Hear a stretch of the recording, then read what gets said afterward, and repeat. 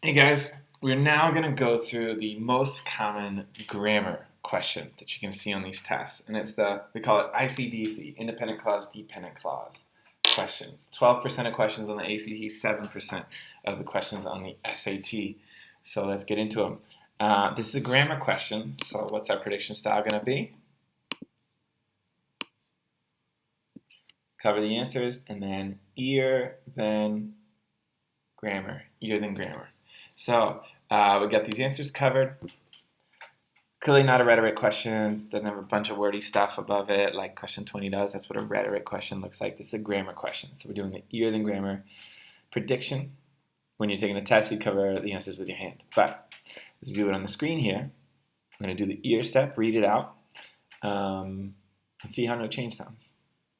Eventually, when I completed my Peace Corps service, and realized that I had also satisfied my hunger for new experiences. Okay, ear, no good. Grammar, what type of question is this? I think it's an ICDC question. And so here's the technique I want to show you. On ICDC questions, what you want to do is to the left and right of the punctuation, which is usually in between the independent dependent clauses, label if you have an IC or a DC. So to the left, eventually when I completed my Peace Corps, that is not a complete thought. So that is a dependent clause. To the right, we got the comma FANBOYS there, and then it says, realize that I had also satisfied my hunger for new experiences. So it's not the DC. This is clearly not. DC, comma DC does not make a sentence. This is, something is not right here. So there's our ear, then grammar, two-step prediction.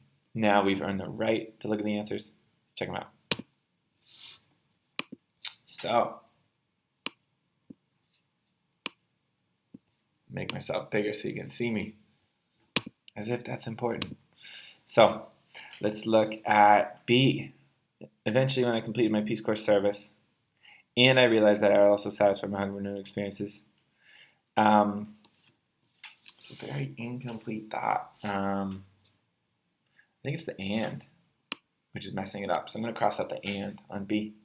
But if you weren't sure what it was and you just knew you didn't like it, you could just put a minus sign next to it. By the way, when I realized I didn't like no change, should mark that right in the passage there. Again, it's kind of like the and. I think it's just say I realized, not and. But let's say you weren't sure. You couldn't figure out what was wrong with it. You just knew you didn't like A and B. You could throw down two minus signs next to them as well. All right, so let's check out C. Eventually, when I completed my Peace Corps service and realized that I had also satisfied my hunger for new experiences, it's still a dependent clause. I don't like the and, again. It's like a D. Eventually, when I completed my Peace Corps service, I realized that I also satisfied my hunger for new experiences. So that looks great. And so in that one, you basically got DC,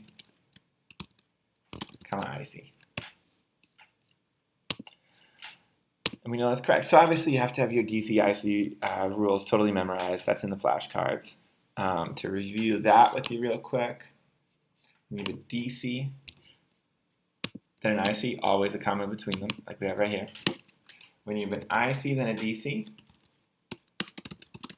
sometimes a comma. How are you going to know to put the comma if you got an independent clause and a dependent clause? Trust your ear. It's basically always going to be right. Sounds like there should be a comma between that IC and DC, then there should. And I don't know if I've ever seen this go wrong for a student. So when the IC comes first, trust your ear. When the DC comes first, always a comma. And then obviously, if you got two ICs, then the ways to separate it are IC, comma, FANBOYS, IC semicolon, IC period, IC. So you just memorize these constructions.